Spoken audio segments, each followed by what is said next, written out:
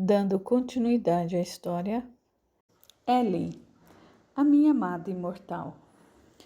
A aventura real de almas afins que se buscam depois da morte. De Léo Galiza. Seguimos para o capítulo 2, a separação.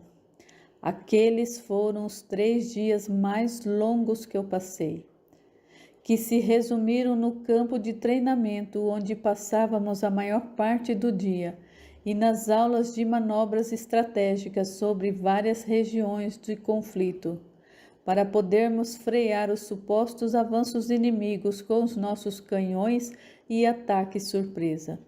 Por fim, só nos restavam o refeitório e o alojamento depois de um exaustivo dia. Mesmo assim, eu não conseguia deixar de pensar nela. Aliás, esses pequenos momentos de devaneios que ajudavam, e muito, a aguentar firme toda essa pressão diária. No forte, estava tudo pronto para partirmos com o regimento ao campo de batalha na fronteira.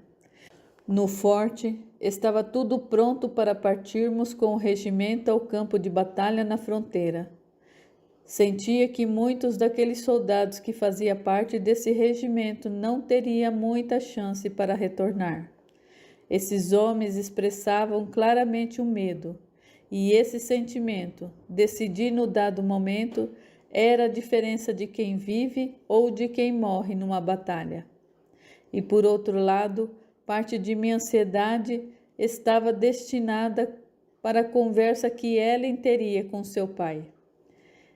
Ela está determinada, porém o pai é um homem orgulhoso e pode não aceitar, punindo-a.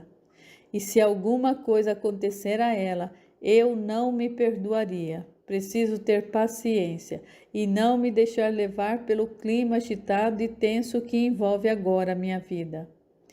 Hoje é chegado o dia de encontrar novamente com a minha amada. Cheguei ao parque onde marcamos. Estou contando os minutos para poder beijá-la e tê-la ao meu lado. Aqui neste parque, enquanto a esperava, via as mães passeando com seus filhos e namorados sentados na grama próxima ao lago, usufruindo de todo o romantismo que esse lugar pode nos oferecer. As horas começavam a passar e nem sinal de Ellen. Já começara a anoitecer. Concluí que ela não mais chegaria. Triste e preocupado, retornei para o alojamento, perguntando-me por que ela não pôde vir ao nosso encontro. O que acontecera? Decidi no dia seguinte, bem cedo, ir vê-la em sua casa. Precisava saber o que havia acontecido. Quase não conseguira dormir na noite anterior, por tamanha preocupação. Acabei de chegar. Estou diante da porta da frente.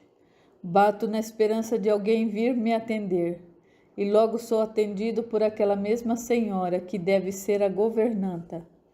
Pelos trajes e pela forma que me abordou, a tal senhora abriu a porta e me perguntou o que eu desejava. Creio que ela não tenha me reconhecido, pois foi ela que me recebeu naquela tarde em que visitei Ellen. Assim identifiquei-me e disse que gostaria de falar com a senhorita Stuart. Ela, então, respondeu sem hesitar que a senhorita Stuart não estava, havia viajado. Aquela notícia me surpreendeu e, tomado por um impulso, indaguei surpreso, pedindo que me dissesse para onde. E como, haja visto que ela não havia me dito que viajaria. A governanta olhou para mim e, vendo meu estado abalado, pediu que me acalmasse. E depois adiantou que ela teria sido proibida de comentar sobre esse assunto. E assim perguntou se ainda poderia ajudar-me em mais alguma coisa. Àquela altura eu entendi que a senhora estava me convidando educadamente para ir embora. O pior de tudo isso era que eu não estava entendendo mais nada. Ficara totalmente confuso e não sabia o que pensar e precisava esclarecer as ideias. Essa viagem inesperada de Ellen não fazia nenhum sentido. ela não agiria desta maneira comigo. Todavia, não restava mais nada a fazer ali, a não ser retirar-me. Agradeci e dei meia volta. Caminhei alguns metros indo embora, quando de repente escuto uma voz me chamando. Senhor, Senhor, por favor, espere. Ao virar, a governanta veio ao meu encontro e, chegando diante de mim, disse: Senhor, a senhorita Stuart confiou a mim esse envelope para lhe entregar. Falou-me que viria aqui procurá-la e que quando o senhor chegasse eu deveria entregar-lhe esta carta. Olhando para aquele envelope, eu sabia que ali se encontrava o real motivo de todo o mistério. E desta feita, respondi agradecendo. Obrigado, senhora. E antes dela se afastar, revelou-me.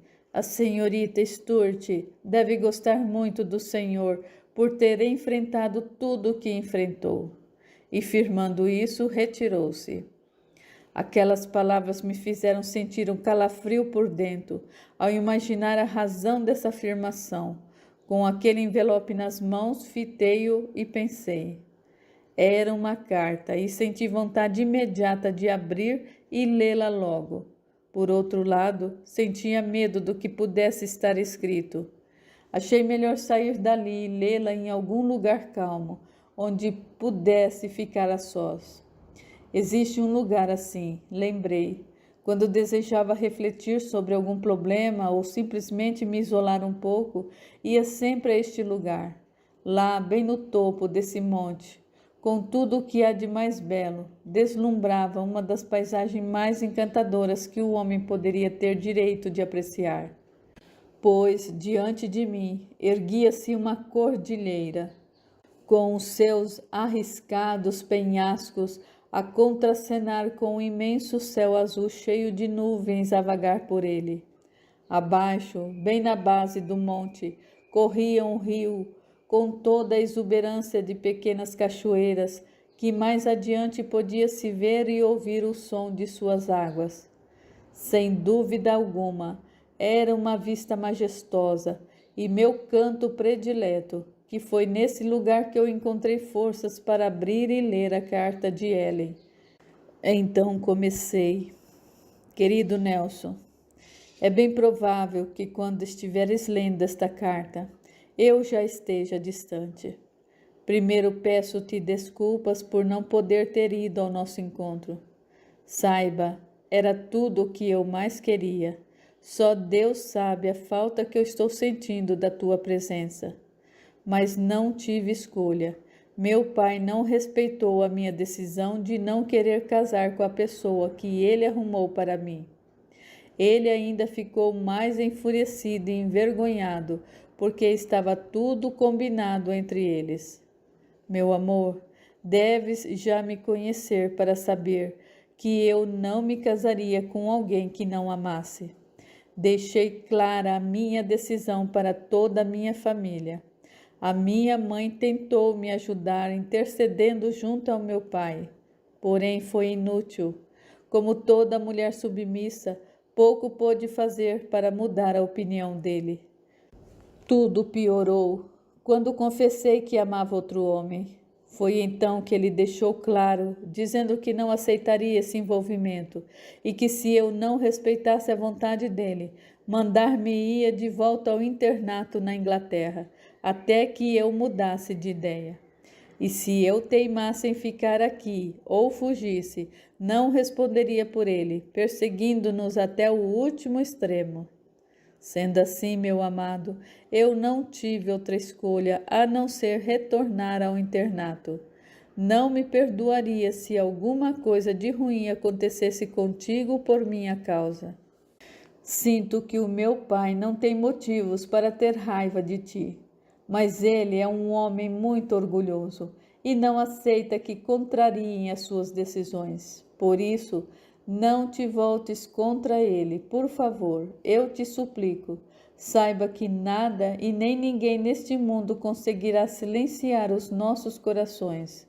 E um dia, acredito com todo o meu amor, que estaremos juntos outra vez. Tudo na vida, Nelson, parece ter o seu tempo, e nós teremos o nosso. Partirei com o coração apertado, mas com a esperança no que acabei de te dizer. O sentimento que temos um pelo outro não se apaga com o tempo e nem com a distância. Os obstáculos apenas o fortalecem. Os mensageiros de meu pai, dias antes da minha partida, comentaram com ele que, em algumas cidades, o conflito havia aumentado e que essa guerra, pela sua dimensão, será uma das mais violentas e sangrentas de toda a história das batalhas do nosso país. Fiquei temerosa e apreensiva. Sei que tu és um homem preparado e capaz. Talvez o que te peço agora não tenha muito sentido, mas não sou eu, e sim o meu coração que te pede. Tome cuidado e, por favor, prometa-me nesse momento que estás lendo esta carta e diante de Deus que retornarás para mim. Não sei o que farei da minha vida sem ter a certeza de te reencontrar. Olhe dentro do envelope e encontrarás um pequeno trancelim. Era o meu amuleto da sorte. Quero que o coloque no pescoço, pois ele te protegerá nas situações difíceis. Toda vez que olhares para ele, saberás que estou presente. No verso do envelope tem o endereço para onde eu fui enviada. Ficarei aguardando a tua carta ansiosa e com amor. Da tua eterna Ellen Stuart. Podia pressentir através de suas palavras que retratava a tortura da incerteza, da profunda desventura e da absoluta desolação, que certamente dilaceravam o coração. É assim que sentimos quando somos arrancados do lado do nosso verdadeiro amor. Sei porque assim também sentia-me nesse momento. Seguimos para o capítulo 3, a guerra. Assim que terminei de ler, um silêncio em mim se fez presente. As lágrimas escorriam pelo meu rosto sem parar.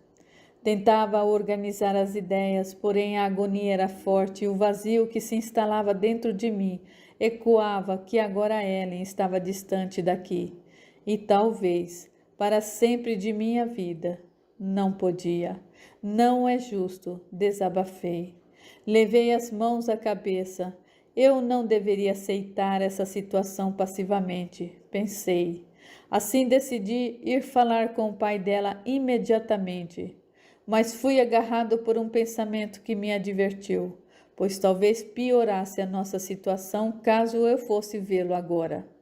O momento pedia cautela, sendo necessário manter a calma e segurar os impulsos. Qualquer atitude, sem pensar, poderia afastar-nos ainda mais. Tenho de acreditar nas palavras da sua carta, de que um dia viveremos o nosso amor em toda a sua plenitude. Dessa feita, respirei fundo e ergui a cabeça fitando o horizonte por alguns minutos em silêncio, na tentativa de abrandar o coração. Passei a mão no rosto, enxuguei as lágrimas e coloquei o amuleto no pescoço, na certeza de que carregava um pouco dela comigo e para onde eu estava indo, precisaria senti-la ao meu lado, nem que fosse através do seu pequeno amuleto. Fui à fazenda de meus pais para despedir-me de minha família. Partiria no outro dia para a fronteira do estado da Virgínia com a Pensilvânia ao norte, mais precisamente para a cidade de Bull Run, com um regimento onde o combate estava intenso. Não podia negar tal fato. Estava abatido. Meu coração encontrava-se descompassado, sentindo falta de sua outra parte. No entanto, deverei ser forte, mantendo viva a chama do nosso amor, como posso sentir que ela tem feito onde está. A noite logo chegou. Resolvi então dormir na fazenda. O meu quarto ainda continuava lá. Minha mãe havia decidido manter as minhas coisas nos mesmos lugares. E olhando para os meus objetos pessoais, todos muito bem conservados e limpos, percebi o quanto sou amado, o quanto um verdadeiro lar é importante. Ele nos fornece o aconchego necessário nos momentos que a dor é nossa companheira. Ao amanhecer, logo após o café, abracei a minha mãe, despedindo-me, e pedi para que não chorasse. Ela sempre foi uma pessoa emotiva. Cumprimentei o meu irmão, pedindo para que continuasse cuidando dos nossos pais, como tinha feito até agora. E fui falar com o meu pai. Ele, como sempre, muito simples, mas nunca alheio às coisas, percebeu logo que algo a mais, além da partida para a guerra, perturbava-me.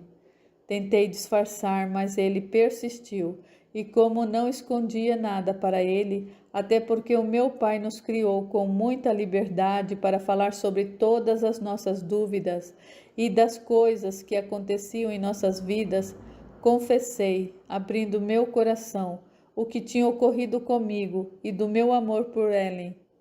Ele, por sua vez, escutou atentamente e depois disse-me: Filho, muitas vezes a vida nos parece injusta diante dos fatos. Porém, ela conta sempre com a sabedoria do seu companheiro, o tempo. Este resolve e cura todas as feridas. O único conselho que te dou, neste momento, é para nunca perderes a esperança. E para tanto será preciso ter paciência e perseverança. Enfrentarás várias barreiras, algumas bastante difíceis, mas se continuares firme, conseguirás transpô-las. E no final, tanto na guerra como na vida, tu e Ellen realizarão o desejo de viverem juntos.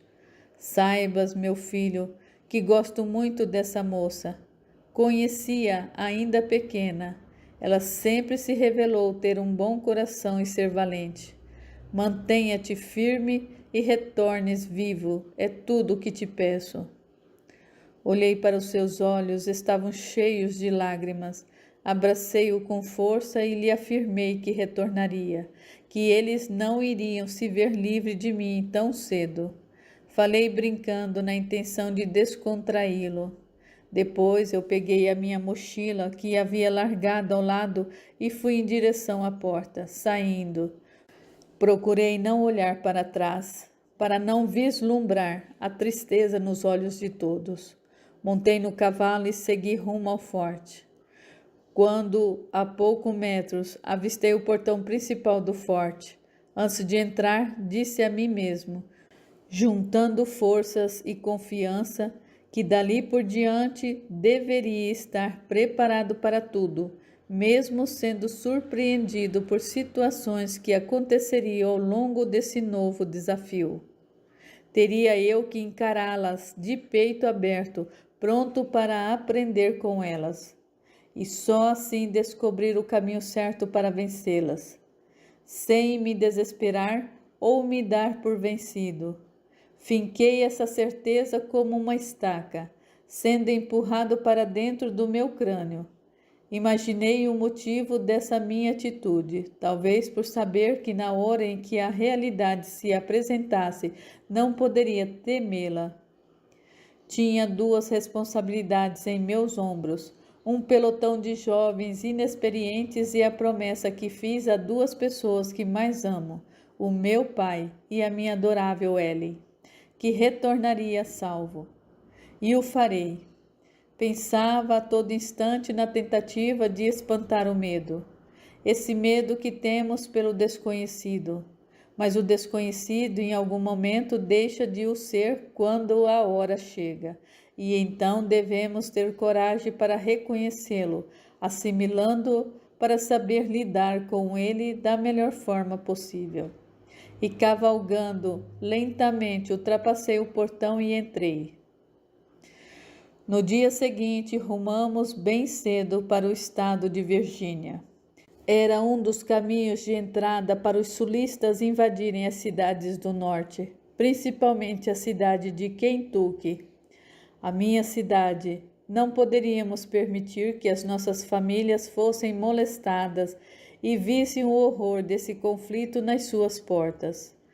A nossa intenção era reprimir a rebelião que vem se propagando não só através dos conflitos no campo de batalha, mas das milícias que espalham terror e destroem vilas, matando aqueles que não aceitam colaborar com eles. Seguimos numa trilha, cortando cidades e vilarejos, até chegarmos ao nosso destino. Nossa função ao passar por esses lugares era mostrar que tudo estava sob controle e que estávamos ali para protegê-los. Só que em algumas vilas havíamos chegado tarde demais, pois a milícia sulista já havia visitado aquelas pobres pessoas, e o que presenciamos revoltava: casas queimadas, animais sacrificados, mulheres e homens feridos e mortos, sem nada para comer, por terem sido também saqueados. Os que sobreviveram imploravam por ajuda. Vendo tudo aquilo, pensava: este retrato era um pouco do muito que enfrentaríamos. Pedi que parássemos para darmos de comer e beber aos feridos, além de enterrar os mortos. Aqueles que quisessem seguir conosco poderiam vir. Os que ficassem na vila deixaríamos com comida e água. Terminando de enterrar o último corpo, seguimos adiante. Ainda tínhamos muito a percorrer. À medida que íamos cavalgando, eu refletia, depois de ter presenciado tal atrocidade. Seria preciso tanto sofrimento para se conquistar a paz, ou estamos apenas servindo de instrumento ao ego de alguns por não aceitarem a opinião dos outros, voltados só para os seus interesses? A intenção de acabar com a escravidão no país é um feito nobre e necessário, porém sabemos que os sulistas têm na agricultura sua maior força econômica. E lá existem mais de 4 milhões de escravos na lavoura. O que eles fariam se de repente tirassem esses escravos de suas lavouras e fazendas? De que viveriam os libertos? Por outro lado, não se deve conceber que tenham pessoas escravizadas ainda neste país, até porque aqui, no estado do Norte, a abolição já é um fato consumado há muito tempo. E ao longo dos anos soubemos lidar com a fase de transição. Todo homem tem o direito de ser livre. Sou a favor da liberdade em todos os aspectos, mas é preciso dar condição para que a mudança seja boa para todos aqueles que delas participem. E sinto que isso só acontecerá quando ambos os lados, tanto nosso presidente quanto os rebeldes sulistas, tomarem consciência de que ser livre é um direito de todo ser humano, de dar condições para a sobrevivência é uma obrigação de quem governa. O que me revolta mais é ver pessoas inocentes, negras, índias ou brancas, que passaram suas vidas honestamente criando seus filhos, trabalhando em suas vilas, cidades e fazendas, sendo torturados, saqueados e mortos. Isto é inaceitável. E é esse tipo de crueldade gerada por saqueadores e animais que se denominam soldados que irei combater. Esses sim, não fará diferença se estão vivos ou mortos nesse país. Estava enfurecido com tamanha crueldade e sofrimento gerado por aquele rebelde saqueadores. E continuamos na trilha, onde em algumas vilas ainda tivemos essas imagens de destruição e sofrimento. Uma cena que me impressionou foi ver uma criança com cerca de 7 anos chorando ao lado da sua mãe que morreu, abraçando-o com certeza para protegê-lo das balas. Essa criança que ficou agarrada em sua mãe pedia, chorando, para que ela acordasse. Pobre e infeliz criança, mal está no mundo e já se encontra diante de uma desgraça dessa. Tal cena tocou profundamente o meu coração. Naquele exato momento, coloquei-me no lugar daquele menino e pude sentir a revolta e desprezo de sua cabeça, que talvez ainda não tivesse entendido a totalidade da situação. Entretanto, a sua dor não só a compreendia, como a expressava através de sua face inchada de tanto chorar e em seus movimentos abruptos, empurrando-a com seus fracos braços, implorando para que a sua adorada mãe despertasse. Assim eu desci do cavalo, Tirei-o de cima do cadáver, abraçando-o, afastando-o de lá, enquanto ele, aos prantos, gritava pela mãe. Depois eu pedi para o sargento tentar encontrar um parente dele dentre os sobreviventes.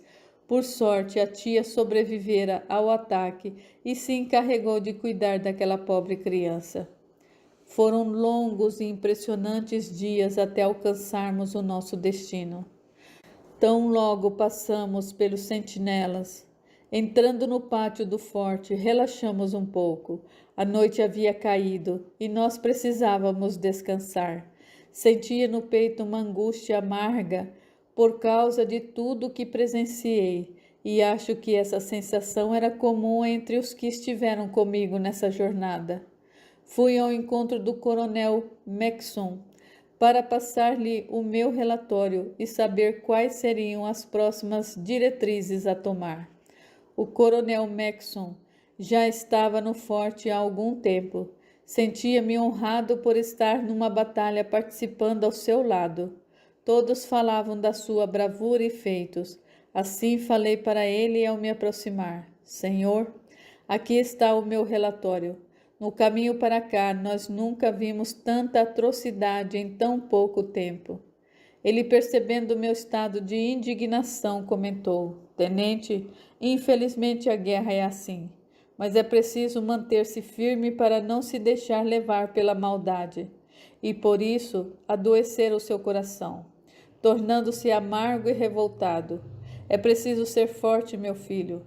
Sei que todos, pelo menos por alguns instantes, perdem a razão e se revoltam.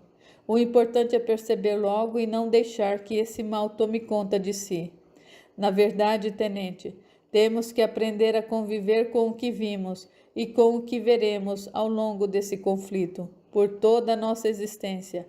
Aqueles que não souberem como fazer, perder-se-ão tornando-se homens atormentados pelos fantasmas da guerra.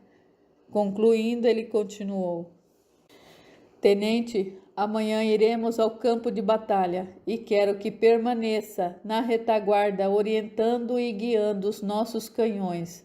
Sei que fostes um dos melhores na academia. Escutei com atenção o que ele estava falando. Fazia sentido. Era preciso ter cuidado para não se deixar levar pelas crueldades que estávamos presenciando, para não corrermos o risco de ficarmos loucos e perdermos o controle do que somos. Quando ele terminou de falar, disse-lhe: Sim, senhor, farei o melhor que eu puder. Agora gostaria de me retirar, eu preciso descansar um pouco. À vontade, tenente. Amanhã espero que estejas bem refeito, pois conto com a sua força e habilidade. Fui direto ao alojamento, pensando em tudo o que ele havia dito. Todavia estava tão cansado que logo adormeci. Levantei bem cedo pela manhã. Precisava preparar-me para irmos ao campo de batalha. Pedi para que os homens que fossem comigo estivessem prontos depois do café, para que eu pudesse passar as últimas instruções. Talvez mais tarde não houvesse tempo. Solicitei-lhes para reverem as manobras táticas que havíamos elaborado e que mantivessem a tranquilidade qualquer que fosse a situação, porque se perdêssemos a cabeça, só pioraríamos as coisas, e que Deus abençoasse a todos pelo que enfrentaríamos. Seguimos para a frente do conflito. Existiam mais de 3.000 homens ao lado dos nossos inimigos e inúmeros canhões espalhados por toda parte. Precisávamos fazê-los recuar, pois eles haviam saído vitoriosos em várias batalhas próximos dali, e isso os deixava mais confiantes.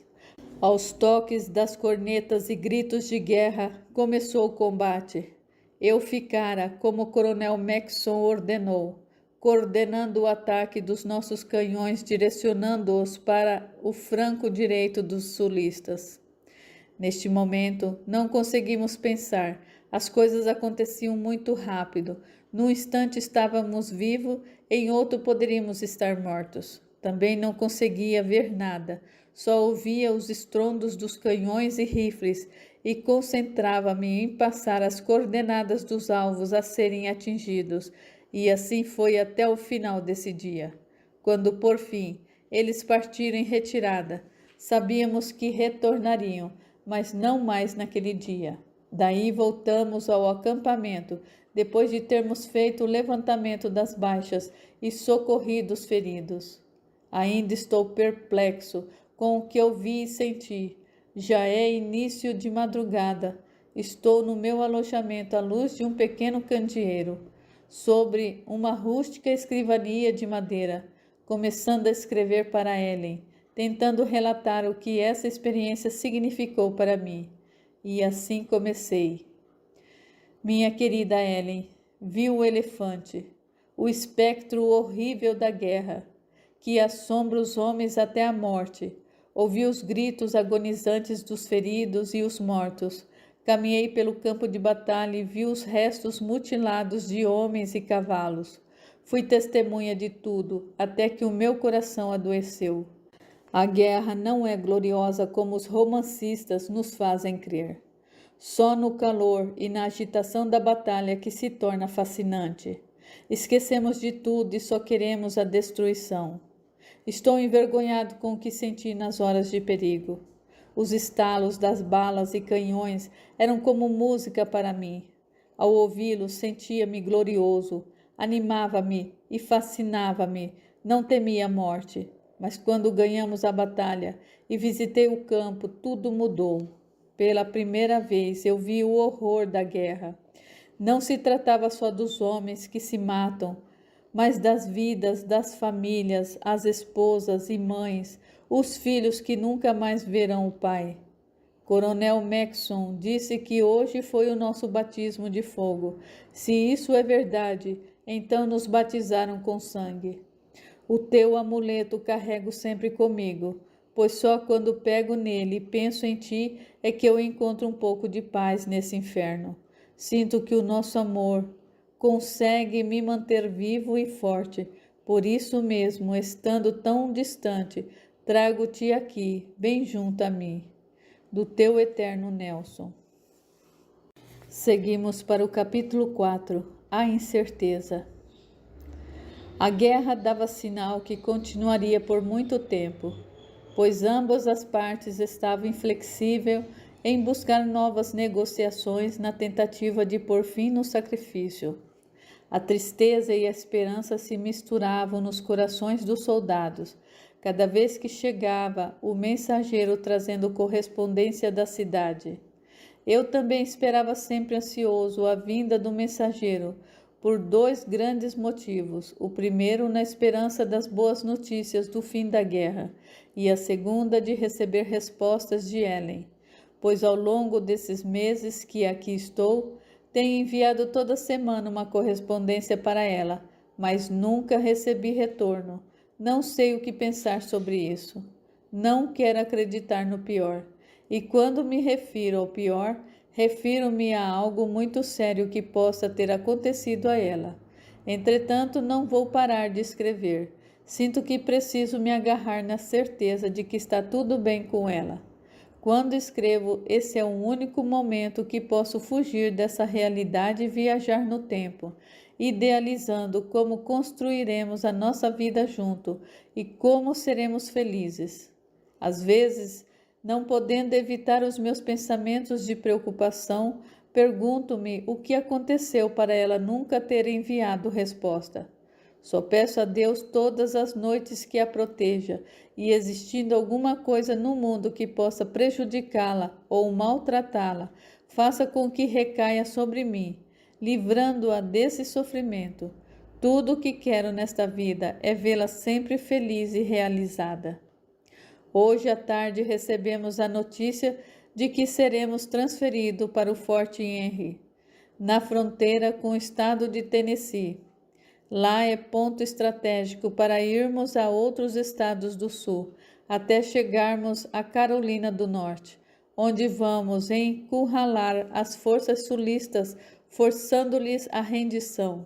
Todavia, para conseguirmos tal façanha, precisaremos ainda vencer algumas batalhas importantes em campo inimigo, onde eles estão bem instalados.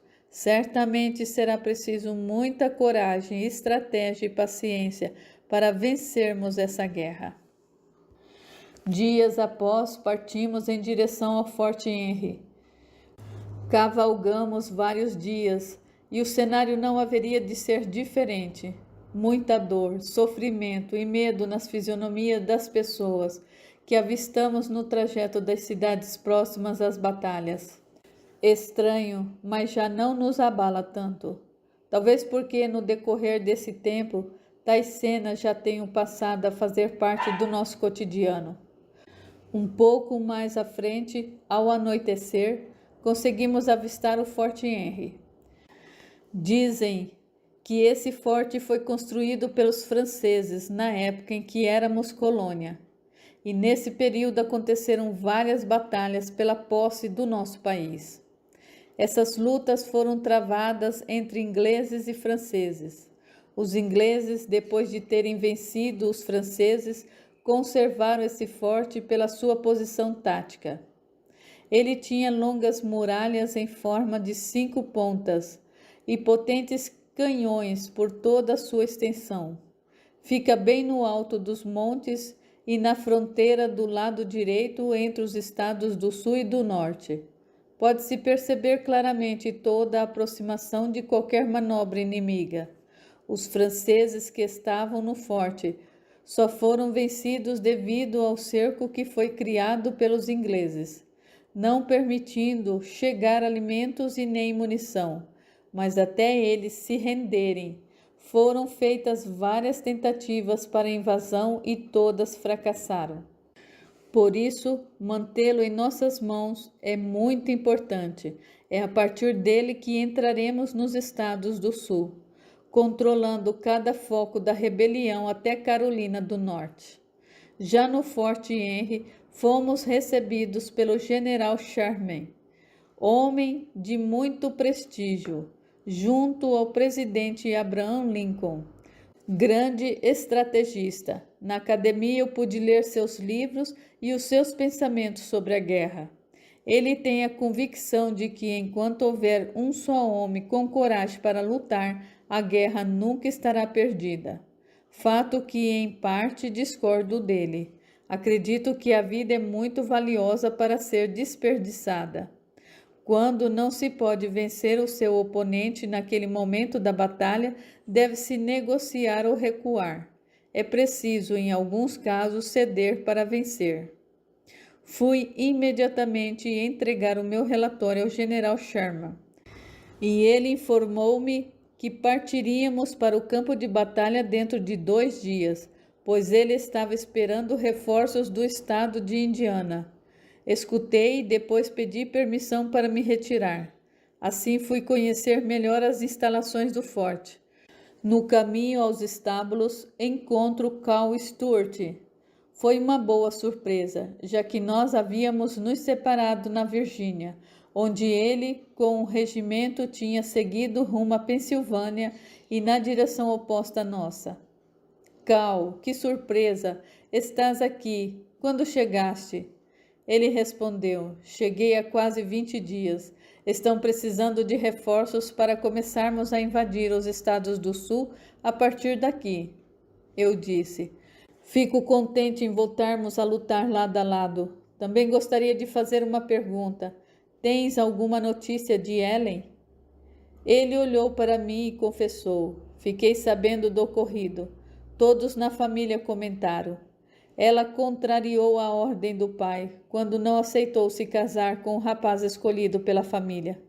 Também tomei conhecimento dos sentimentos dela por ti. Ela fez questão de deixar claro para todos. Sinto muito, afirmou ele e continuou. Nelson, depois que ela se foi, ninguém mais teve notícias dela. Parece que estão evitando passar informações, isolando-a do resto do mundo. Sei muito bem, Cal, que estás solidário a nós, porque me conheces e sabes o quanto sou sincero com os meus sentimentos. E é por isso que eu te peço, se tiveres alguma notícia sobre ela, pequena que seja, por favor, avise-me. Certamente, Nelson. Somos como irmãos. Se depender de mim, eu ajudarei no que for preciso. Eu agradeci o seu apoio e fomos direto para o refeitório, onde o jantar já estava sendo servido. Jantei e procurei me recolher, a fim de escrever para os meus pais e para Ellen. Na carta que eu escrevi para ela, contei que reencontrei Cal e que estamos servindo no mesmo forte, relatando também a saudade que tenho sentido dela. E por último pergunto se está tudo bem e por que ela não responde às minhas cartas. Ao terminar, coloco-a com muito carinho no envelope, pois ali vai um pouco de mim. Depois adormeço, segurando o pequeno amuleto nas mãos. Passado alguns dias, começamos a nos preparar para seguirmos para Stones River, ou, como era chamado por alguns, Rio de Pedras. É o lugar onde iniciaríamos a invasão.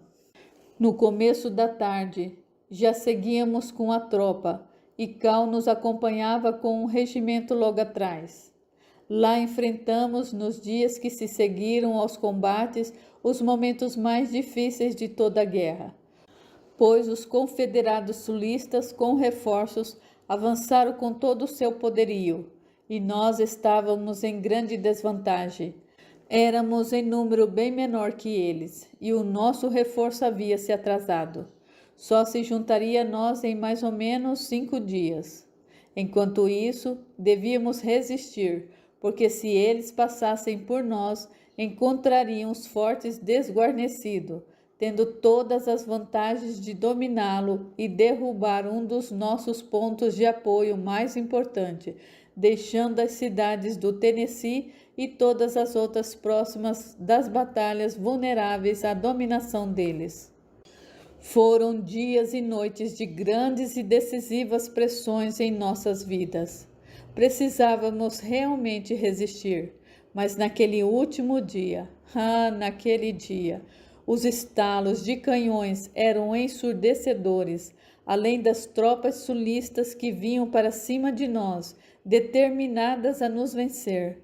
Parecia que eles sabiam que não tínhamos como segurar os avanços por muito tempo. Se não chegasse reforço logo, estaríamos perdidos. Precisávamos aguentar. Estávamos todos cansados e um tanto desorientados, mas continuávamos lutando com muita coragem e determinação, como se fosse a última coisa que faríamos antes do nosso fim. Num dado momento da batalha, notei que havia um homem ferido, caído ao chão, sem conseguir levantar. Estávamos recuando para trás dos nossos canhões. Disparariam para conter o forte avanço sulista. No entanto, aquele homem ainda estava vivo, suplicando por ajuda. Não podia deixá-lo morrer. Tinha convicção que era arriscado ir ajudá-lo nessas condições, mas precisava correr o risco. Não conseguiria viver lembrando da aflição daquele soldado pedindo socorro. Assim, pedi que me dessem cobertura e fui ao seu encontro. Eu precisava ser rápido, as balas vinham de todos os lados. Chegando próximo, perguntei se ele podia andar, balançando a cabeça, respondendo que não.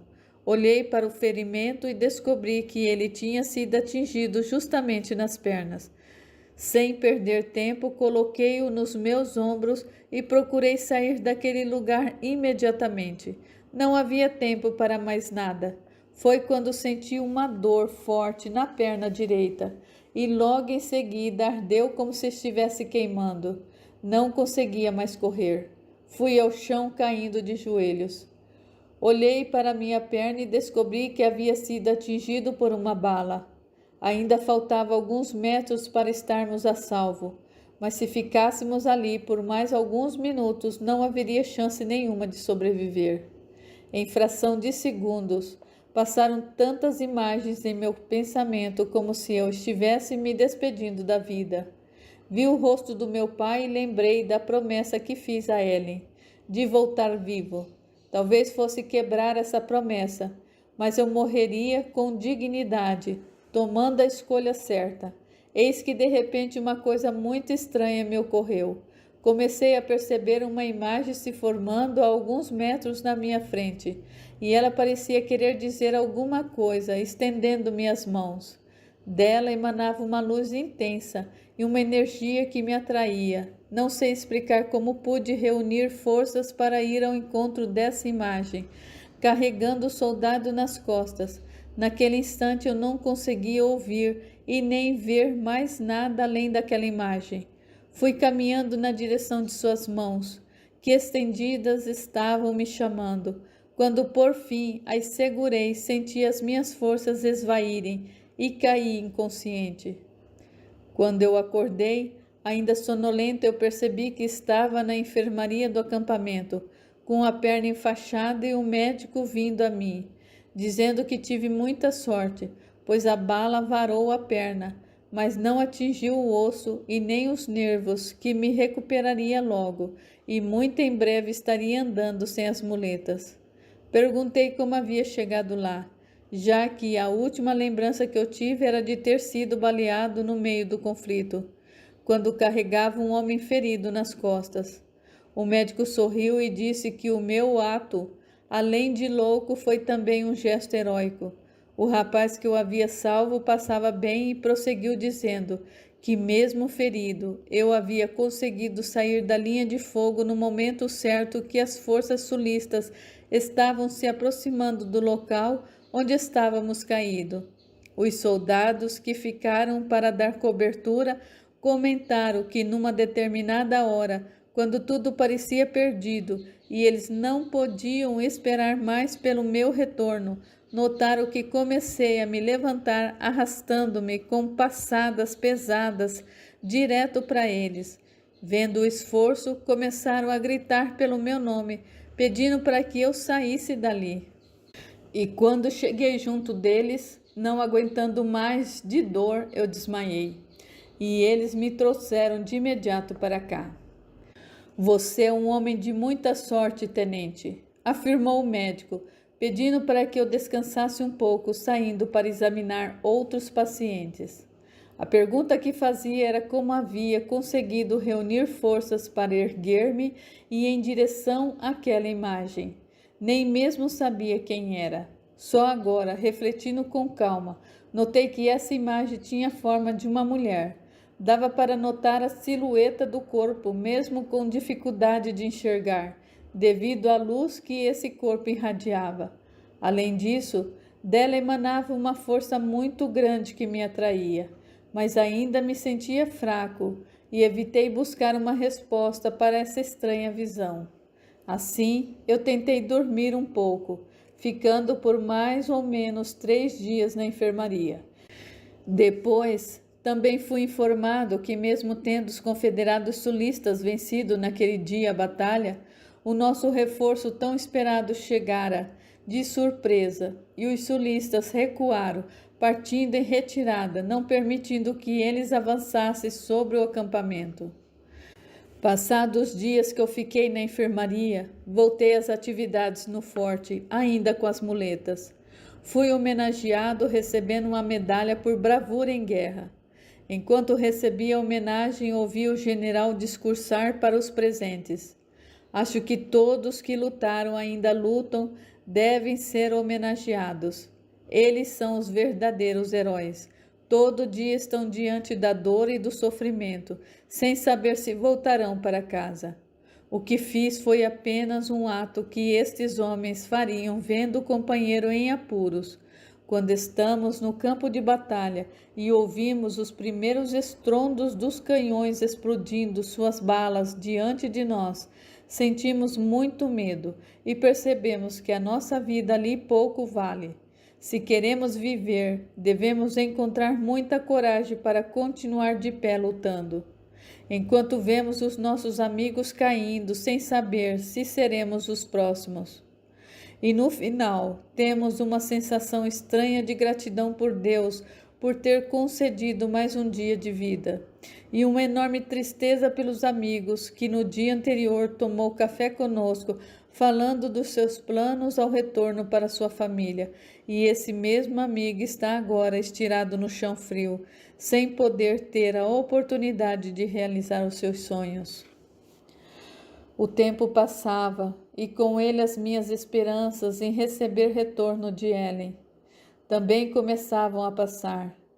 Tinha dia que o desespero batia na tentativa de entender o que havia acontecido com ela, ou com os sentimentos dela por mim. Esse não era o seu jeito de dizer adeus. Não podia ter me enganado tanto assim. Algumas noites, quando a imaginava, eu podia até senti-la. Parecia loucura, porque não conseguia encontrar uma explicação para tal sensação. Por outro lado, eu precisava tomar uma decisão. Não podia continuar me torturando, alimentando uma esperança que só me fazia sofrer. Sinto que pouco a pouco eu estou morrendo. Toda vez que vejo o mensageiro chegar, encho-me de expectativa procurando saber se chegou correspondência. Porém, quando percebo que não há nada, eu fico pior do que eu estava. Dessa forma, eu acabei escrevendo a minha última carta para ele. Sabia que não estava tomando a decisão certa. O meu coração chorava por dentro, mas não podia continuar sofrendo a incerteza de receber uma resposta dela. E assim eu escrevi: Amada Ellen, esta será a última carta que eu te escreverei. Acredito que tens fortes motivos para nunca ter respondido às minhas correspondências. Ellen, eu gostaria que soubesse que nem por um momento eu senti raiva ou algo parecido assolando o meu sincero coração. E é por isso mesmo, minha amada, que me sinto tomado de um desejo inconsolável para escrever-te algumas palavras, significando muito para mim. Acredite, eu te amo e continuarei sempre a te amar por toda a minha vida. Tu és a melhor parte de mim. Quero que saibas que tudo que passamos juntos ficará e será inesquecível enquanto eu viver. Tornaria a fazer todas as coisas que fizemos só para te ver, nem que fosse por um minuto, envolvida em meus braços novamente. Nada nessa vida poderá medir o que o teu amor representa para mim. Por isso, nunca me atreverei a me enganar e a outrem, permitindo-me estar nos afagos e abraços de outra mulher. Se a solidão é o preço que eu devo pagar, então que assim seja.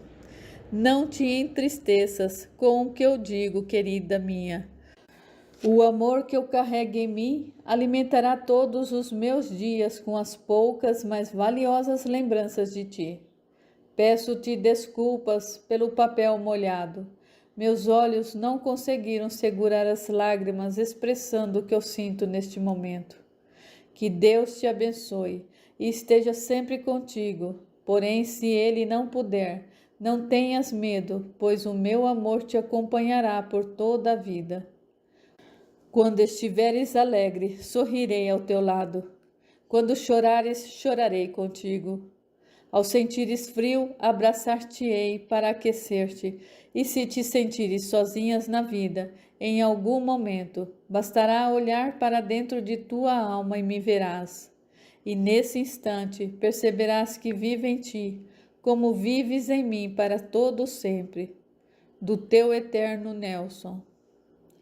E então terminei algo que nunca imaginei fazer. A sensação que agora sinto é no mínimo dolorosa. Acabei de confirmar no canto, bem afastado do meu ser, a melhor dádiva que um dia encontrei. Naquela noite tão angustiante não consegui dormir, tentando achar um jeito de como viver sem ter a esperança de Ellen em minha vida. Apenas levantei para mais um dia, buscando no tempo a cura para minha dor. Seguimos a nossa estratégia, invadindo as cidades do sul e sufocando as milícias rebeldes, tudo sob o comando do general Sherman, homem que passei a admirar pela sua firmeza e certeza nas coordenadas e posições para obtermos êxito nos conflitos. Duas das batalhas mais determinantes foram as que enfrentamos em Chattanooga e Atlanta, no estado de Geórgia, porque sabíamos que conseguindo vencê-las, chegaríamos na Carolina do Norte, onde enfrentaríamos o general Johnson, homem que comandava os confederados sulistas naquele estado. De certa maneira, Tínhamos convicção de que, se saíssemos vitoriosos, estaríamos muito próximos de colocar um ponto final nesse conflito. E lá conseguimos chegar depois de vários meses, encurralando-os como havíamos planejado. Começou aí o fim dessas batalhas. E em Appomattox, na Virgínia, o general Lee, que comandava os confederados lá, rendeu-se ao nosso exército no dia 9 de abril de 1865. Aqui, no dia 26 de abril de 1865, o general Johnson rendeu-se ao nosso general Sherman, na Carolina do Norte, terminando assim uma das guerras mais violentas da nossa história. Foram 5 anos de conflitos, mais de 400.000 homens morreram. Cidades foram incendiadas, famílias dizimadas e muito, muito sofrimento ao longo de todo esse tempo. Não saberei nunca se valeu a pena todo esse sacrifício para ter o país em ordem novamente. No entanto, todos os estados do Sul que não aceitavam a abolição dos escravos estão por decreto federal sob a supervisão das forças militares para fazer valer a lei. Nesse país, ninguém mais será escravizado por ser considerado crime federal, com punição muito severas, de prisão e confisco de terras se forem fazendeiros. Sabíamos que no início da adaptação do povo não seria tranquila. Os primeiros problemas já surgiam principalmente com os negros libertos, sem ter para onde ir e sem saber o que fazer para sobreviver. Alguns desses homens negros continuaram na mesma fazenda, só que na condição de empregado e recebendo pelos seus serviços. Outro obstáculo encontrado era a forte discriminação racial por parte de alguns grupos isolados de homens brancos, que com certeza fizeram parte daquelas milícias que aterrorizaram e mataram quem se opuseram às suas ideias ao longo da guerra. Sentíamos que o problema racial em algumas cidades era latente. Na cabeça de algumas pessoas não entrava o fato de ter um homem negro trabalhando e vivendo ao seu lado, tendo os mesmos direitos de cidadão americano como qualquer um de nós. No trabalho de supervisão nas cidades onde estávamos, fizemos algumas prisões e tentamos conscientizar as pessoas por onde passávamos. Mas ficava claro que, na medida em que íamos nas cidades, especialmente em alguns povoados do interior, a discriminação racial não seria fácil de ser eliminada, tornando-se um desafio para ser enfrentado ao longo dos anos pela nossa nação. Pelo menos uma coisa para mim teve sentido nessa guerra. Percebi nos olhos daqueles que sempre foram escravos um brilho diferente. Não precisávamos nos esforçar muito para enxergar que essas pessoas estavam felizes. Digo mais, talvez nasceram de novo. Senhor, nada é tão valioso do que o gosto da liberdade que sinto agora. Falou-me sorrindo um desses homens e continuou: Esperei toda a minha vida por este momento, Senhor. E olhe que já tenho 45 anos, mas os meus filhos e netos poderão aproveitar mais e nunca andarão de cabeça baixa como eu, nem poder olhar para frente com medo de olhar nos olhos dos homens brancos, para não ser castigado. Hoje eu ando de cabeça erguida, sou livre, sou livre. Saiu ele caminhando enquanto cantarolava pela rua. Presenciando a felicidade daquele homem, eu percebi o quanto é valiosa a nossa liberdade, mesmo com todos os problemas que enfrentamos. Ser livre para podermos conquistar os nossos objetivos é o maior presente que Deus nos deu.